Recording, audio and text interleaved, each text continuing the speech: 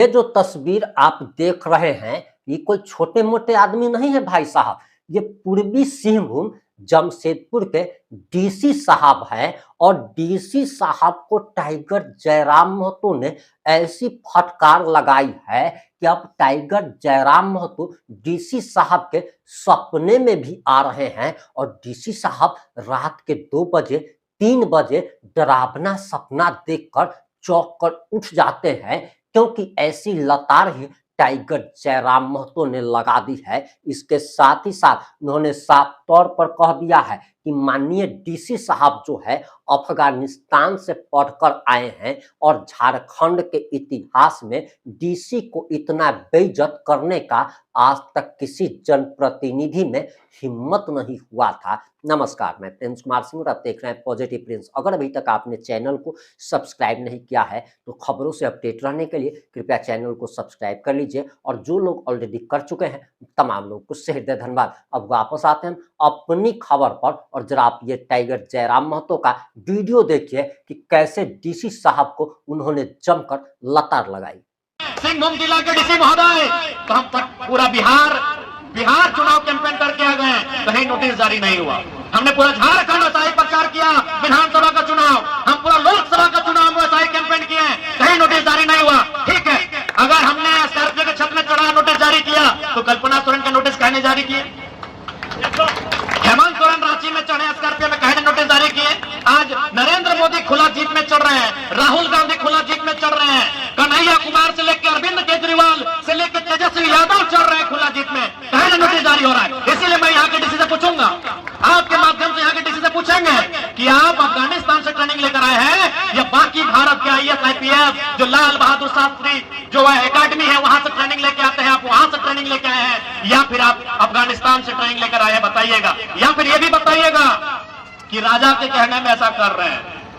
गांधी ठीक कहते थे कि भारत आजाद होने के बाद जो IAS IPS की व्यवस्था है, ब्यूरोक्रेट्स की व्यवस्था को खत्म कर देना चाहिए। आज देख रहे हैं ब्यूरोक्रेट्स का काम क्या है। आज ये नेताओं विधायकों के इशारे पे काम करते हैं, मंत्री और सरकारों के इशारे पे काम करते हैं। अरे डीसी साहब, हमको भी मालूम है, दलमा का पहाड़ में कोई आदिवासी रहता है तो आग दिखाते हैं और कोई बिल्डर घर बनाता है आप चुपचाप हो जाते हैं। हमको मालूम है आप क्या कर रहे हैं। हम नहीं चाहते हैं, आप नौकरी के दबाव में है, करिए, लेकिन तो क्यों ऐसा हो रहा है कि जान रहा है कि लड़का गरीब का बात करता है, जान रहा है कि लड़का नौजवान का बात करता है। इसलिए मायरा मासीरा काकीरा आज के सबाई अपना निश्चय करे निये, निर्णय करे निये, আপনার যে মত আছে ওইটা আমাদের কিছু ছাপ, আমাদের প্রত্যাশী রামদাস মুর্মু আমাদের চুনাव চিহ্ন কেছি নম্বর 5 আছে, আপনার আশীর্বাদ আমরা আমাকে সবাইকে দিবে এইটা অনুরোধ করতে আসছে। और एक बात अंत में यही बोलेंगे कि हारे या जीते आपके साथ है, आपके मुद्दों के साथ है, आपके लिए लड़ेंगे, आपके लिए संघर्ष करेंगे। इसी सोच के साथ हम लोग राजनीति में आए हैं। ठीक है, सबाई भालो करे था, नोटिस जारी कर दिया, हम लोग गाड़ी के ऊपर गए थे मैंने नॉमिनेशन करने। तो हम आपके माध्यम से और मीडिया के माध्यम से सिंहभूम जिला यानी सिंहभूम जिला के डीसी से पूछना चाहेंगे। पहले तो हम आपको शुभकामना देते हैं कि फ्यूचर में आप कहीं डीसी से भी ऊपर जाइए, आप चीफ सेक्रेटरी बनिए। लेकिन एक सवाल जरूर उनसे हम पूछेंगे आपके माध्यम से कि आप जो IAS IPS का ट्रेनिंग लिए हैं, लाल बहादुर शास्त्री अकेडमी से लिए हैं या अफगानिस्तान में जाके लिए हैं? अगर लाल बहादुर शास्त्री अकेडमी में आपने ट्रेनिंग लिया है, अब हेमंत सोरेन उनकी बहू सिखाती है कि आंसू भाई यार वोट लीजिए। क्या आंसू से समस्या का समाधान होगा? वोट आंसू के लिए मेरी प्यारी बहनों, मेरी मासियों, काकियों जितने बैठे हैं यहाँ, वोट इसलिए नहीं होता कि कोई आंसू भाई और वोट दें, वोट होता है मुद्दा के लिए कि जो मेरा मुद्दा पे बात करे, जो मेरे मुद्दे को सुने और उसका समाधान करे, इसलिए वोट होता है। अगर आंसू बहाने से सड़क बन जाती है, यदि आंसू बहाने से हमारे घर के बच्चे पढ़ लिख जाते हैं, यदि आंसू बहाने से हमें नौकरी मिल जाती है, अब भाई आंसू हम आपको वोट देंगे। आप एक व्यक्ति के आंसू में झारखंड के लाखों युवाओं के आंसू को मत भूल जाइएगा। आज लाखों युवाओं को स्टाइपेंड नहीं मिल रहा है। स्टाइपेंड अपना बुझे ना, स्कॉलरशिप जो गवर्नमेंट मदद करे पढ़वार जन्य दिले हुए स्कॉलरशिप होते अपनी भालो करे पढ़ा लिखा करो। आज लाखों नौजवान को स्कॉलरशिप नहीं मिल रहा है, उनका आंसू इस आंसू के सामने फीका नहीं पड़ना चाहिए। और मंत्री ठीक আছে, मंत्री যে রামদাস সোরেন ছিল আমাদের মধ্য নাই আছে, আমি শ্রদ্ধাঞ্জলি দিচ্ছি, लेकिन दुनिया में जो आया है वो जाएगा, जो आए हैं उनको जाना होगा। वो अपना जिंदगी ठीक है, समय अभी और भी था उनका, लेकिन फिर भी देखो 60 साल का जिंदगी जिए हैं वो। यहाँ 25 साल के नौजवान विदेश में टावर लाइन में मर जा रहे हैं। हमारे डुमरी विधानसभा में एक नौजवान, उसको सऊदी अरब में गोली लगा है, 25 साल का लड़का है, सऊदी में गोली लगा है। अगर आंसू बहाना है तो 25 साल का नौजवान जो मर गया है उसके लिए बहाया, उसको सऊदी में गोली लगा है। क्यों लगा है? वो नौकरी करने गया था, झारखंड में नौकरी नहीं मिला इसलिए। तो अगर आंसू बहाना है तो उन नौजवानों के लिए आंसू बहाइए जो 20 साल में विदेश में मर के घर आ रहे हैं। 22 साल उम्र है और मर जा रहे हैं, किस लिए? नौकरी करने गए थे विदेश में। बच्चे साहब भी बॉडी नहीं आया है, पुलिस गोली मारा है ना। सऊदी का नियम बहुत टफ नियम है, सऊदी अरब में वहां गोली लगा है, अभी भी उसका बॉडी नहीं आया है। आज 1 महीना होने वाला है लगभग। हम लोग रोज वहां कंपनी से बात करते हैं कि हम यहाँ के एमएलए बोल रहे हैं, बोला एमएलए साहब वहां का कानून बहुत टफ है, इंग्लिश में उनको हम बात करना पड़ता है, कभी कभी वॉइस मैसेज से बात करना पड़ता है उन लोग से। बोलता है एमएलए साहब यहाँ का कानून बहुत टफ है, इतना आसानी से बॉडी नहीं जाएगा। तो अगर आंसू बहाना है तो ऐसे लोगों के लिए बहाइए, आंसू बहाना है तो उन बेरोजगार भाइयों के लिए बहाइए, आंसू बहाना है उन किसानों के लिए बहाइए जो साल भर मेहनत करते हैं और अपना परिवार का भरण पोषण नहीं कर पाते। खजाना नहीं आछे, बताइए आप, खजाना नहीं है। डबरा गांव क्या हुआ? 10 दिन में सरकार, मुख्यमंत्री अपना पूरा गांव का तस्वीर बदल दिया।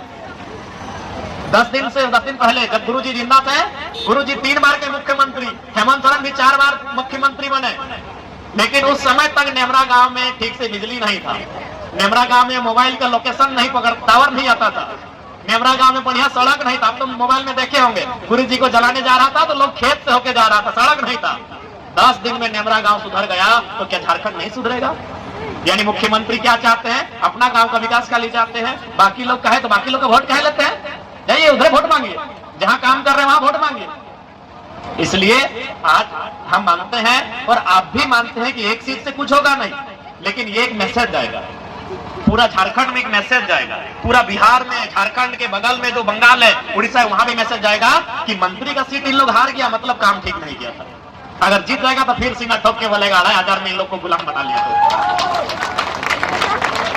आज ये देखना होगा, बिल्कुल बताओ बहनों, मायरा मासीरा, आपको भी बोलना होगा कि भाई 2500 हम फ्री में नहीं लेंगे, आप उनको दीजिए जो हमारे भाई बहन, हमारे घर के बच्चे 10 साल मेहनत करके पढ़े लिखे, साइकिल का पेडल मार मार के ठंडा में, गर्मी में, धूप में कोचिंग क्लास गए हैं, जो रात 12 बजे, 1 बजे, 2 बजे रात तक, मैंने 18, 20, 22 साल का लड़का लोग आंख में चश्मा लगा लिया पढ़ते पढ़ते, आधा बाल पका लिया पढ़ते पढ़ते। उनको नौकरी देने का काम कीजिए, उनको रोजगार से जोड़िए। हम लोग नहीं चाहते 2500 रुपया। आप अगर इतना ही हमारा चिंता करते हैं तो उनके रोजगार से जोड़िए, सरकार आपकी है, इसीलिए सरकार को चोट देने की आवश्यकता है। और उसके बाद चंपई चाचा, बताइए उनको क्या दुख है? चंपई चाचा मुख्यमंत्री थे, फिर भी उनको बढ़ाते समय चिंता है कि मेरा बेटा सेट हो जाए, इसीलिए ना सीट खड़ा कर दी है बाबूलाल सोरेन को। जब चंपई सोरेन मुख्यमंत्री थे और उनको अपना बेटा का चिंता है, आप मुख्यमंत्री नहीं है फिर भी बेटा का चिंता नहीं कर रहे, सोचिए। तो मूर्ख बेवकूफ कौन है समझिए, बेवकूफ जनता है कि नहीं? चंपई चाचा मुख्यमंत्री छिलो, आज के एमएलए আছে, आज के मुख्यमंत्री ना किंतु एमएलए আছে चंपई चाचा, তাও চিন্তা করছে নিজের ছেলে, ताओ चिंता करছে নিজের ছেলে। तो भाई जब वो मुख्यमंत्री होकर अपना बेटा का चिंता कर रहा है, तो हम लोग तो गांव का गरीब किसान है, हमको तो ज्यादा चिंता करना चाहिए। उनको नहीं करने से भी कम तो कई करोड़ टका उनके पास होगा, कितना करोड़ होगा जिसका कोई हिसाब नहीं है। अभी भी उनको महीना का 2 लाख सैलरी से ज्यादा मिल रहा है, अभी उनको 2 लाख रुपया महीना मिल रहा है। तो जिस इंसान को 2 लाख रुपया सैलरी मिल रहा है उसको बेटा का चिंता है, तो हम लोग तो 10,000 कमा रहे हैं, बेटा लोग का चिंता नहीं कीजिएगा, बेटी लोग का चिंता नहीं कीजिएगा कि उनका पढ़ाई लिखाई कैसे हो। 2 लाख कमाने वाला को चिंता है अपना बेटा को टिकट दिला के चुनाव लड़ा रहा है, तो हम लोग को भी तो चिंता करना चाहिए। और इसी चिंता के लिए वोट होता है कि हमको वोट उसको करना है जो मेरे बारे सोचे। आज देखिए हम एक नया एमएलए है, लेकिन आज हमको भी 2 लाख रुपए से ज्यादा मिलता है, लेकिन उसमें 1.5 लाख रुपए हमारा सैलरी अपना भाई बहन लोग को बांट देते जो पढ़ने लिखने वाला है। किसी को एडमिशन के नाम में, किसी को रजिस्ट्रेशन के नाम में, किसी को ट्यूशन फी के नाम में, कोई पाया। आप तो देखे होंगे राज्यपाल साहब आए थे हमारे, और 110 बच्चा लोग को हम लैपटॉप वगैरह देके बांटने के हम लोग पढ़ाई लिखाई करिए। आप लोग रोज प्रत्येक सप्ताह 15 दिन में आप लोग पेपर में पढ़ते होंगे कि कोई बहन उत्तर प्रदेश खेलने जा रही थी, पैसा नहीं था, हम उसको किट खरीद के दे दिए। कोई बहन एडमिशन करना था उसको डिप्लोमा में, पैसा नहीं था, मेरे पास उसको हम चेक साइन करके तुरंत दे दिए। तो हमको भी 2 लाख रुपया मिलता है, लेकिन उसमें 1.5 लाख रुपया हम अपना भाई बहन लोग को देते पढ़ने लिखने के लिए। 50,000 तो हम लोग रखते हैं, तो फिर चलेंगे कैसे? मेरा भी घर द्वार है। तो সেই জন্য মায়েরা মাসিরা দিদিরা কাকিরা এই ভোটের মানে আমাদের সমস্যার নিদান। पर आप देख सकते हैं कि आज अकेला विधायक है और सबका नजर हम पे। क्यों नजर है? ना हम जनता का बात करते हैं, हम जनता के बाल बच्चों के भविष्य का बात करते हैं, इसीलिए सबका नजर हम पे। आपको भी मालूम होगा जब हम लोग आए थे चुनाव का नॉमिनेशन करने के, अब आपकी क्या प्रतिक्रिया है? अपनी प्रतिक्रिया जरूर दीजिएगा। जुड़े रहें हमारे साथ। जय हिंद, जय भारत।